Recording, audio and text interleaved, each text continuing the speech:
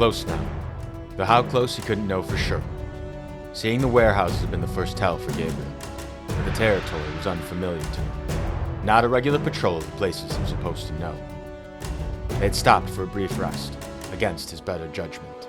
The pair sat facing each other, sitting on the ground of the cold stone alleyway. Wherever the fighting continued, it sounded like it was far enough away to offer a measured sense of safety. In his mind, those two lifeless eyes continued to stare up, with his sword plunged into their chest.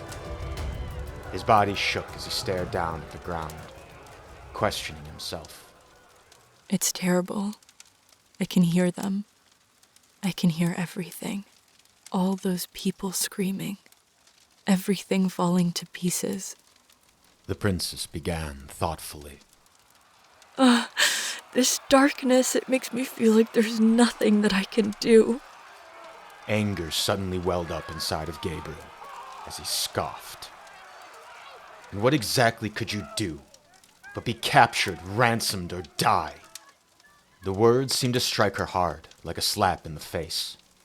She demurred as her head turned away from him and towards the ground.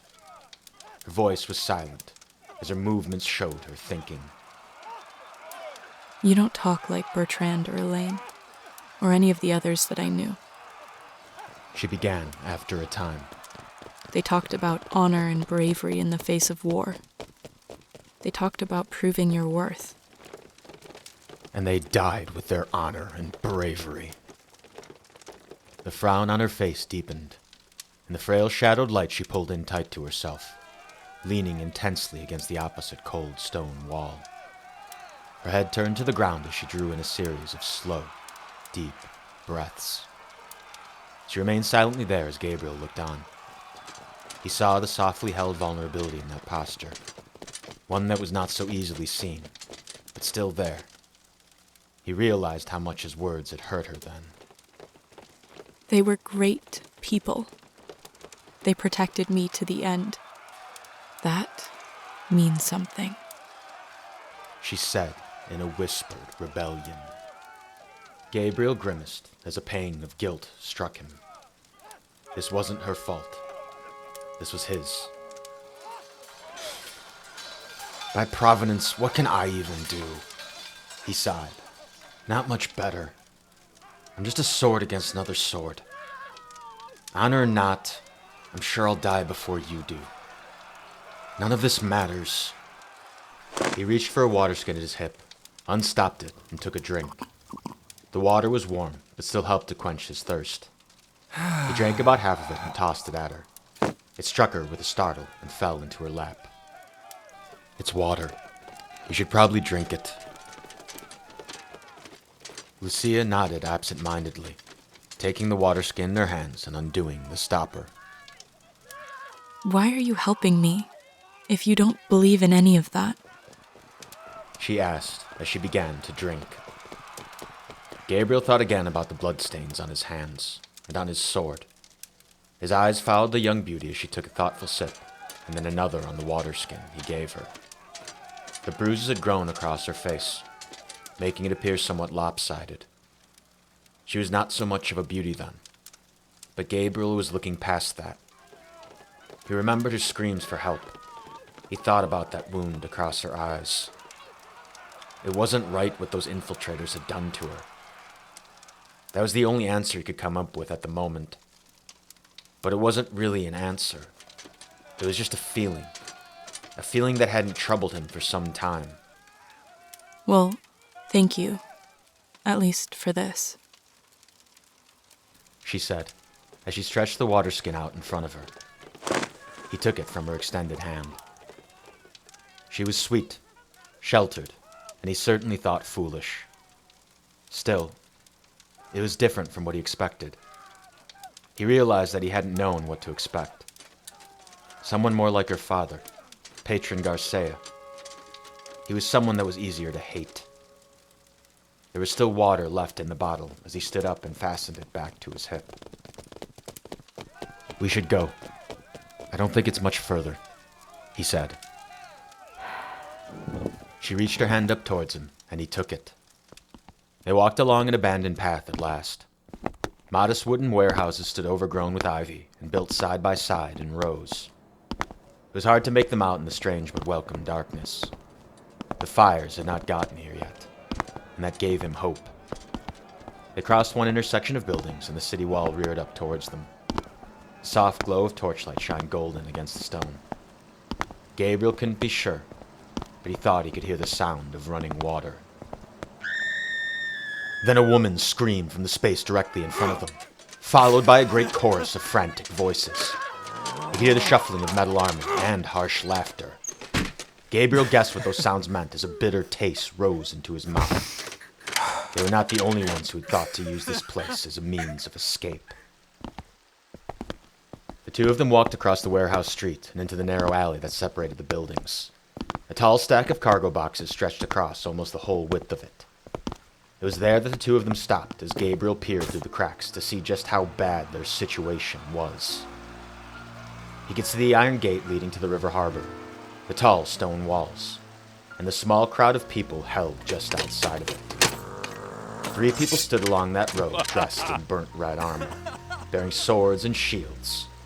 He saw the emblem of the burning eagle tied around their arms. Beyond them, an older man lay face down, motionless in the street in a pool of blood. An older woman knelt some space away from the body.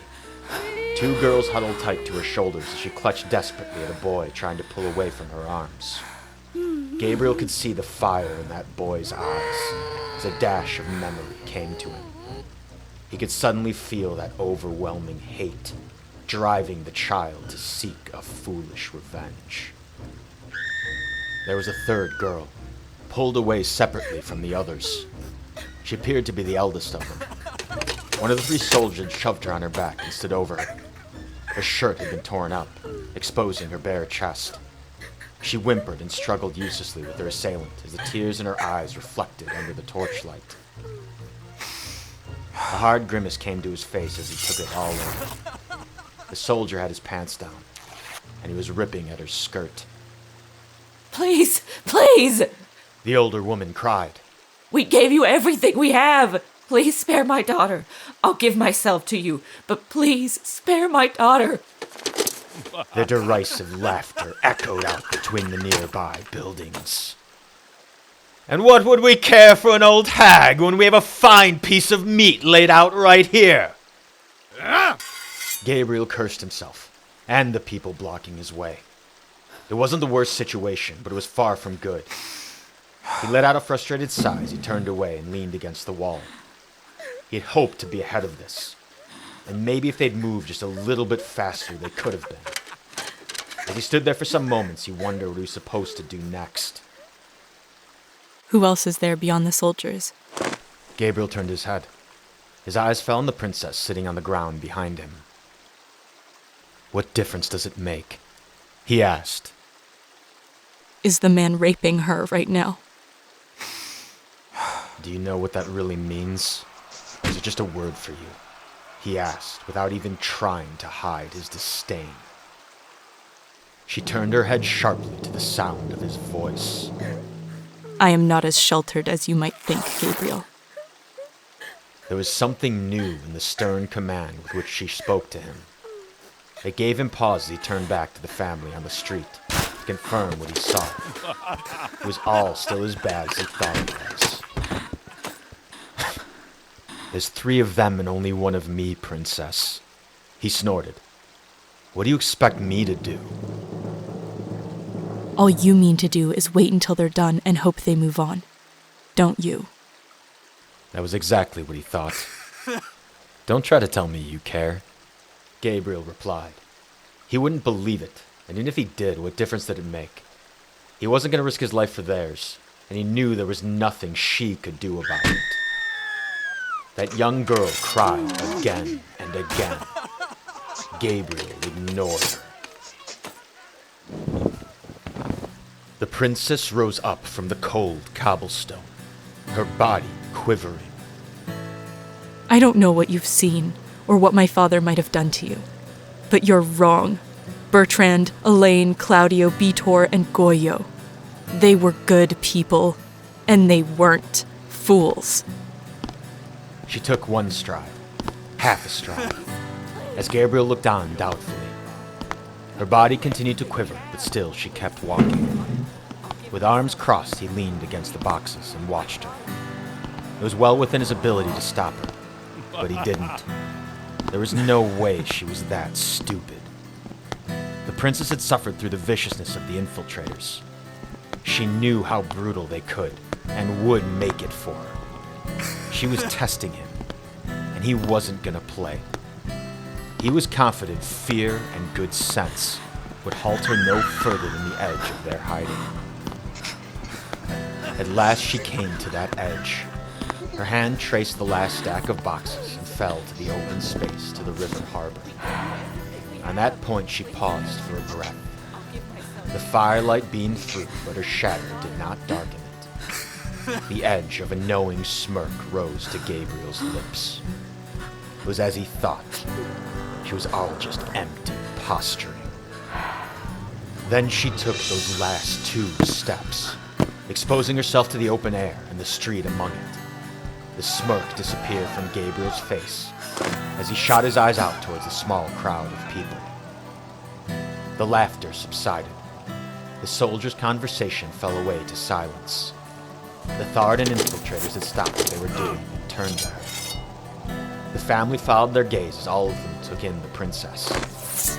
Gabriel turned his head to her in shock. I am the daughter of Patron Garcia, princess to Avalono and second heir to its lands. I am no coward, and I know where I stand. I submit myself to you for that girl. As the boldness of that declaration sank in, Gabriel could hardly believe that it had been done. She was a fool. How could she be such a complete fool? The freestanding of the infiltrators turned an eye towards his leader. What do you make of that, Wilfred? Thoughtless heroism or boundless stupidity? The leader of their group shrugged. Same difference. He gestured back to the other soldier. Go get her. Hollow steps echoed on the cobblestone coming towards them. Gabriel slipped down into a crouch, leaning heavily against the stacked boxes. A battle was coming towards them. Or a surrender. Instinctively his hand ran to the handle of his blade, but it hesitated there. Hundreds of thoughts shot through his mind on what he should do, and what he could do. He thought of the 3 seasoned warriors on the other side of those boxes.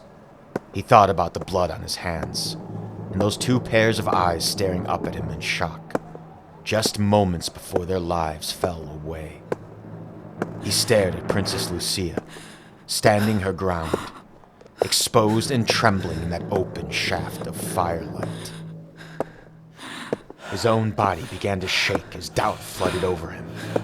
He could hear the infiltrator drawing closer. He didn't want to do this. He could run. Even if he didn't, would he die just as a sword against other swords?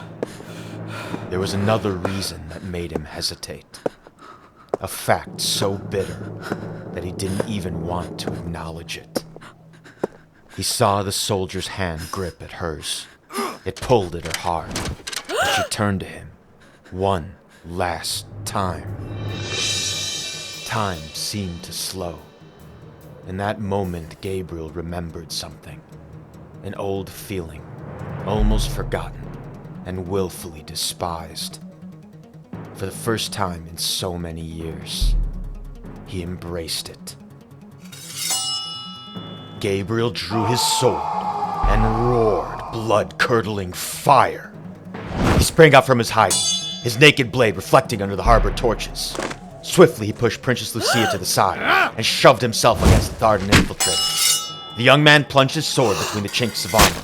He knew better than the sword he wielded. The soldier screamed, eyes full of shock as the life within him dimmed and disappeared.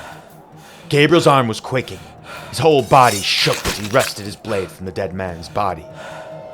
He rose and looked down at the corpse at his feet. The man was dead, and he had killed him. It hadn't been a reflex. It had been wholly his choice this time, for good or ill. What was he doing? He didn't know, and it didn't matter. Only what stood before him now and what he needed to do. He reached for the shield from the dead soldier's arm and took it as his own. But there were two of them left. One already moving toward him. The other one working desperately hard to arm himself. There was a mother looking on with hopeful confusion in her eyes, and her children huddled close to her. There was a young girl, bare and beaten, and the princess collapsed on the cold street beside him. There was a battle to be met, and Gabriel charged into it. The lead infiltrator flicked out his sword as he drew near. Gabriel parried, dodged, and responded. The man lifted his shield and blocked. Gabriel thrust. The leader backed away, dodging. They worked a hazardous exchange of flashing steel to steel. Blades sought their opening through shield and armor, deftly blocked again and again. Gabriel pressed his assault with a violent fervor as the lead infiltrator gave ground. The older man worked like a living Aegis, blocking every attack made against him. Gabriel was aware of the soldier's effect as the girl struggled anew with him. There wasn't much time for him, and he knew it. They continued their exchanging dance of swords. With flashing blades, each sought their opening. The opposing shield and sword rose to meet it and deflected. Gabriel fought with a hectic force. His breath ran labored quickly as his arms strained. With each attack, the Thardis infiltrator backed away some couple of steps, increasing the distance between him and the last soldier who remained. He heard the young woman cry out as a soldier at his back struck her to the ground. And there that time was, closer than he'd hoped. Gabriel took his gamble. He lifted his shield and shoved it into the soldier before him. As the older man staggered and backpedaled, Gabriel turned around and charged at the Thardis soldier behind him. The young woman laid sprawled out and beaten at his feet. The bastard soldier had regained his sword, but not his shield nor his balance. The once fisherman's son hefted his weapon up to strike and swung forward at the man. The infiltrator lifted his sword to parry the attack, but the young man deflected it easily, shifting the blade to strike hard into his exposed flesh. He followed the slash with a hard thrust into the man's exposed belly. The soldier screamed and fell to the ground, bleeding. The lead infiltrator was still on his back. The young man turned behind to face him in a breath. A flash of thrusting steel caught his eye as he lifted his shield to block it. The edges of his defense grated against the blade as he pushed it from its intended target. The burning pain of a flesh wound blossomed at his side. The last soldier collided with him, knocking him to the ground. Gabriel cried out as he hit the stone cobblestone hard. His head rang wickedly as it struck the ground. Weapons clattered uselessly aside. The last soldier pressed down on him, raining fists upon his face. His hands grappled at Gabriel's neck, latching around it and squeezing hard. The young man struggled against him. He punched desperately in the last soldier's chest, but the older man remained unmoved. The two eyes stared down at him furiously. He knew those hands that clamped down on his throat, and those hands knew him. The pain from the fresh wound darkened in the recesses of his mind. He tried to cough, but his breath caught. He couldn't get air.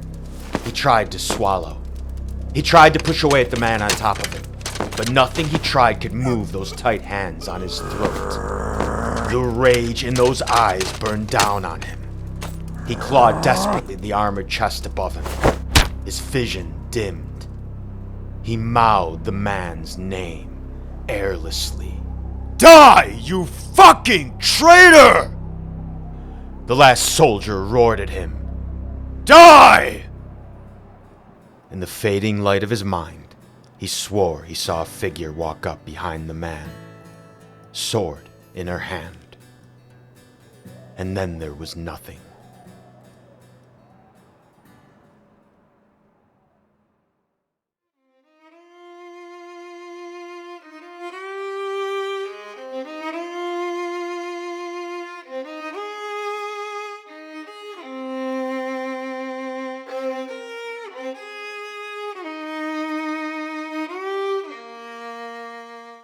The young man remembered the fisherman's son. He remembered the boy who dreamed of being a knight in the palace far to the south. He remembered how patron Garcia marched out from those tall white spires in the distance, with war horses and tightly armed soldiers. And as those men marched through that forgettable village nestled against the shores of Lake Dantes, they took it to the torch.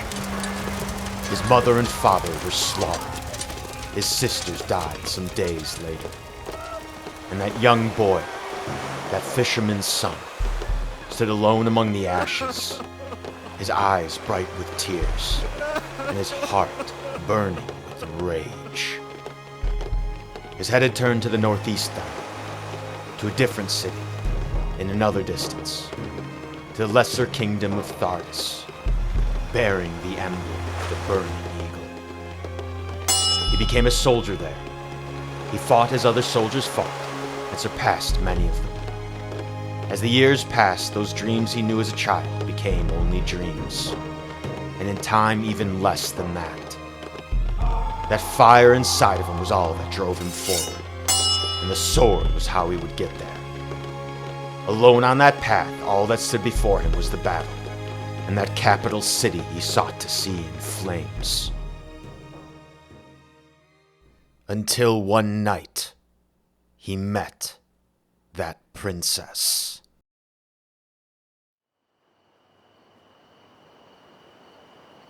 The world around him was bathed in soft blue light, the clouds having parted.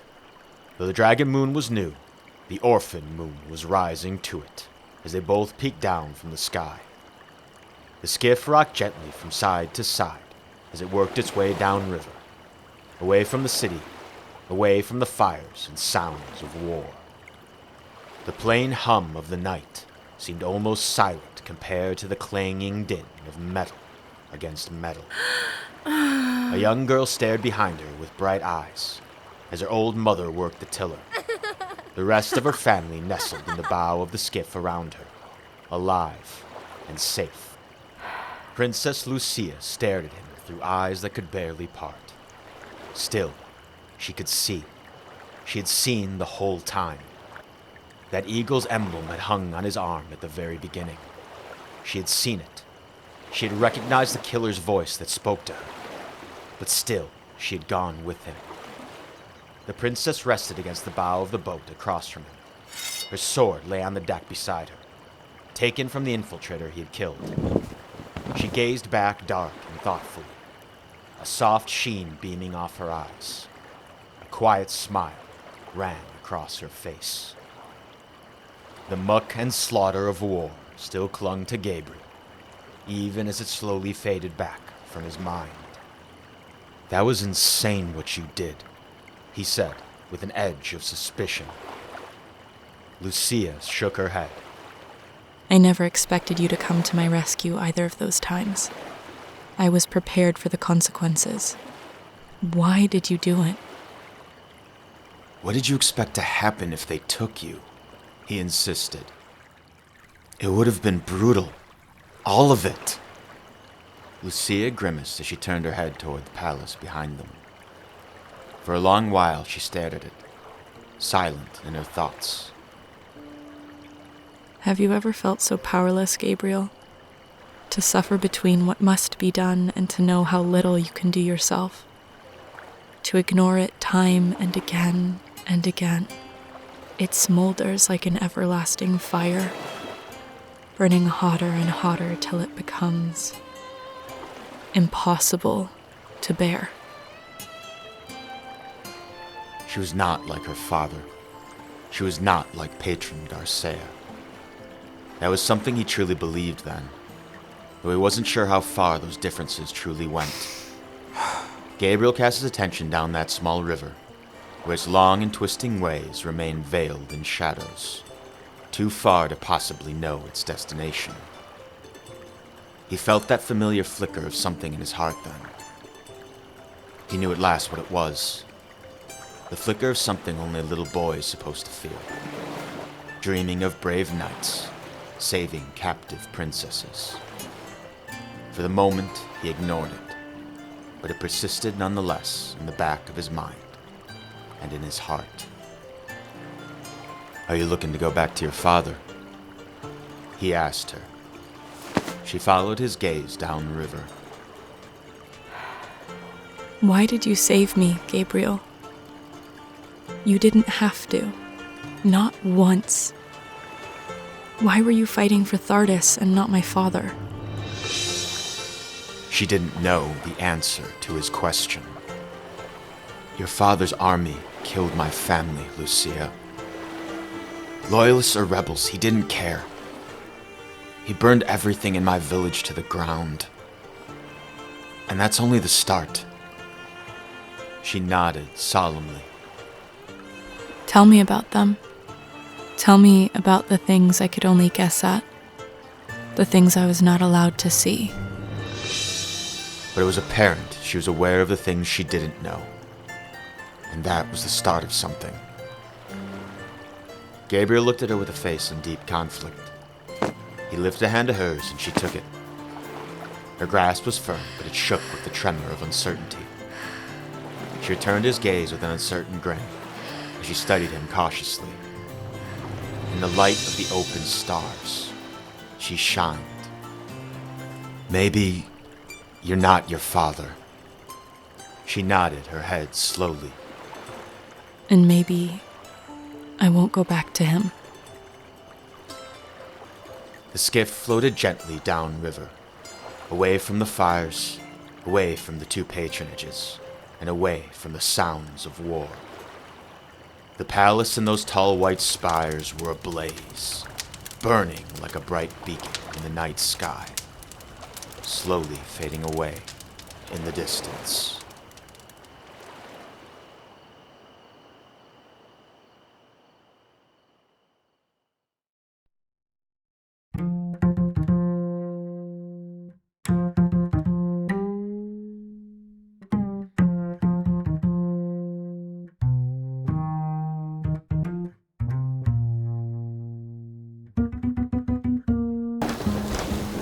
And welcome back.